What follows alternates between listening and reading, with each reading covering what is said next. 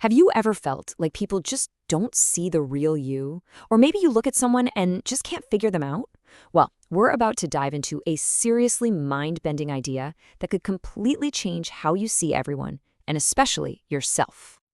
So, check out this quote from the philosopher Jean-Paul Sartre. It's kind of the whole puzzle we're going to solve today. I mean, it seems to flip everything we know on its head, right? The others in your eyes are you. What in the world does that even mean? Yeah, it definitely sounds like a riddle. But don't worry, we're going to break this thing down piece by piece. We'll use some really cool ideas from psychology to crack the code. So let's just jump right in and tackle that first piece. All right, first up, the you in others' eyes is not you. So why is it that the person your friends, your family, or your boss sees isn't actually the real you?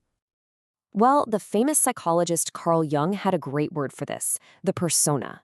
You can think of it as the social mask we all put on. Now, this doesn't mean we're being fake. It's more like a curated version of ourselves that we show the world to fit in, to get along, and to meet whatever expectations are out there.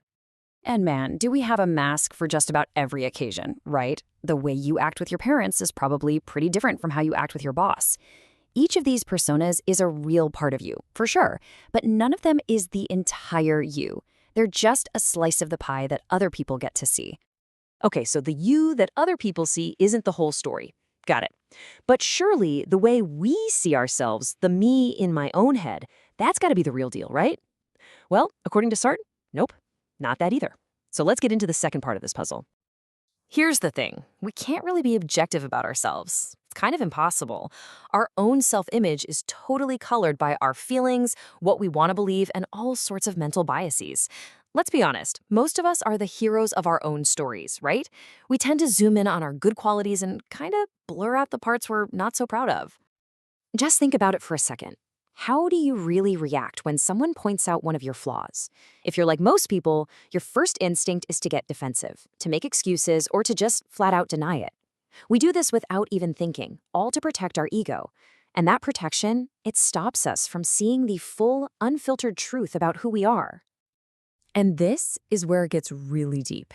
This brings us to the craziest part of the quote. The others in your eyes are you. How is it possible that every single person you see around you, the ones you admire, the ones you can't stand, are somehow a reflection of you? The big idea here is something called psychological projection. The thing is, we never, ever see another person with 100% clarity. Instead, we see them through a filter. And that filter is made up of everything that makes you, you. Your experiences, your values, your fears, your hopes. So what you notice in them is often just a reflection of what's already inside of you.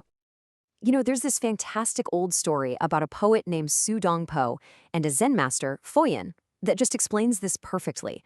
So one day, they're meditating together, and the poet, being a bit of a jokester, decides to poke a little fun. Su Dong Po asks the Zen master, "Hey, what do I look like to you sitting here?" And Foyin just smiles and says, "You, my friend, look like a glorious golden Buddha." Su Dong Po is thrilled with that answer. And he thinks, aha, I've got him now. So when Foyin asks him the same question back, the poet laughs and says, "You? Oh, you look like a pile of cow dung." And he goes home feeling so proud of himself for winning their little exchange. But when he gets home and brags to his sister about how clever he was, she just lays down the truth. She says, "Oh, brother, you lost badly. Master Foyin has the heart of a Buddha, so of course he sees a Buddha in everyone. And you, well, what's in your heart is what you see." And boom, that's projection in a nutshell. In psychology, one of the engines behind this is a defense mechanism called splitting. It's basically our brain's tendency to take a shortcut and see everything in black and white. Things are either all good or all bad, right or wrong. There's no gray area. And that judgment comes directly from what's going on inside of us. So how does this actually work day to day? Okay, look at this example. The objective fact is simple. A woman is wearing revealing clothes. That's it. But one person might see her and project admiration, thinking, wow, she's so confident and modern.